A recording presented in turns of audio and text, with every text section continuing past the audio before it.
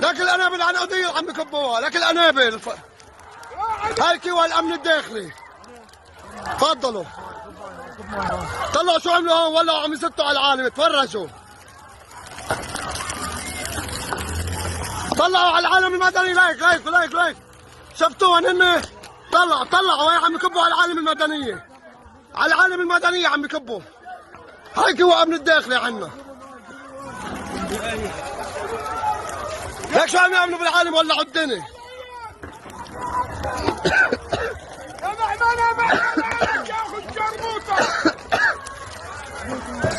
عم يزدوا القنابل على العالم. هاي على العالم المدنية، حي العالم المدنية.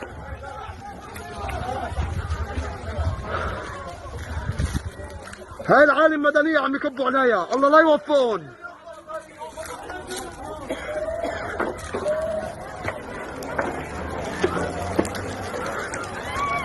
عم يكبوا على العالم المدنية. تفضلوا كيف عم يكبوا على الأولاد والأطفال.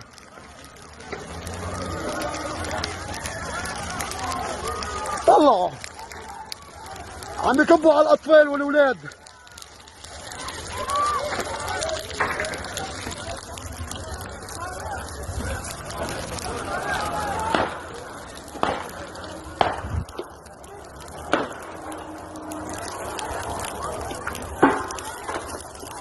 عم بكبوا على العالم المدنية. ولعوا الدنيا هون بأفقة. لك هو أمن الداخلي شو عم يعمل؟ ولع الدنيا بأفقة.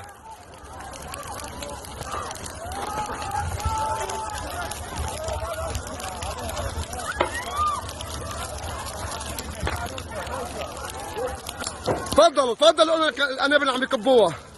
ولعت الحرش هون كله سوا. طلعوا شو عملوا. تفرجوا ولع الدنيا بالقنابل الفسفورية.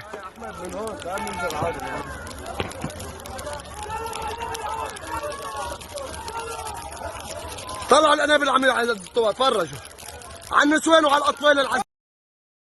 I come from a country, Lebanon used to be the only majority Christian country in the Middle East. Most people don't know that. When they think of the Middle East, they think it's all Islamic countries. But Lebanon is the only majority Christian country in the Middle East. We were open-minded, we were fair. We prided ourselves on our multiculturalism. We welcomed everyone to our country, especially from the surrounding Arabic countries, because we wanted to share with them the westernization which we had created in the heart of the Middle East. Muslims used to send their children to come study in our universities because we had built the best universities in the Middle East. They graduated and worked in our economy because we had built the best economy in the Middle East, even though we did not have any oil. Lebanon was known as Paris of the Middle East, the banking capital of the Middle East. And as Christians, we focused on education. Education was very important to us. You know, we educated girls and boys, you know, no difference. We were living the good time. Unfortunately, all that began to change by the 70s because of two things. The enlargement of the Islamic population in Lebanon, because we Christians marry one spouse until death do us part. We don't have many kids. Muslims, on the other hand, are allowed to marry up to 4 wives at a time. Now, of course, not all of them do it, but enough of them do it that in our country, in Lebanon, by the 70s, the Muslims became the majority. And once they became the majority, they started massacring the Christians and killing the Christians. I remember in 1974, we stopped traveling. We used to go spend Christmas and Easter in Beirut with the rest of my family. And we stopped traveling, and I would ask my father, why aren't we going to Beirut for Christmas this year? And my daddy would say to me, well, we just decided to stay home this year. And you know, I couldn't understand why. And later I learned is because Muslims started setting up fly-by-night checkpoints, and they would stop Christian cars traveling. And when they would get people out of the car and look at their ID and find out that this is a Christian family traveling, because in Lebanon, our religion is written on our national ID, on your driver's license, on your passport. So when they see that this is a Christian family traveling, they would get everyone out of the car and shoot them in cold blood. So we became prisoners to our homes and our cities and our communities.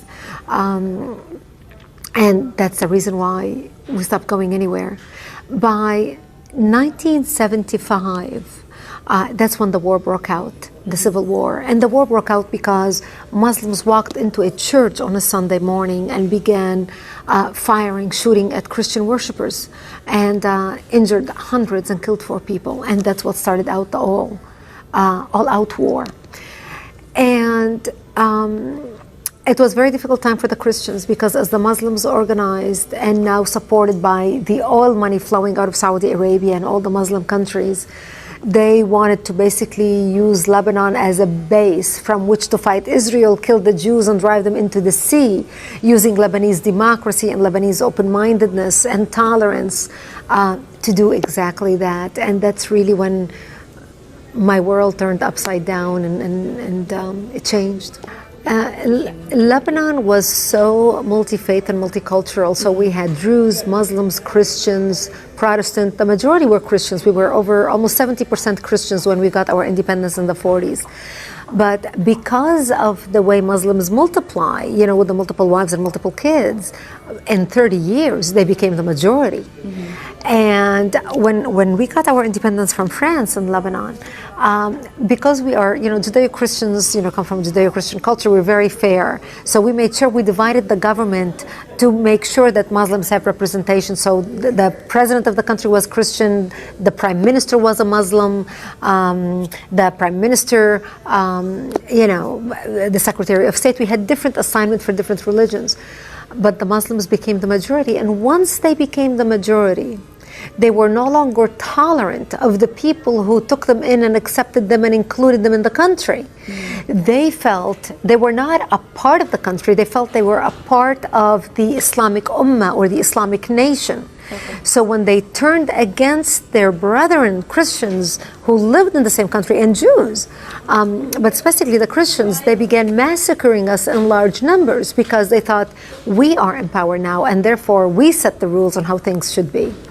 And that's really what drove the country into war.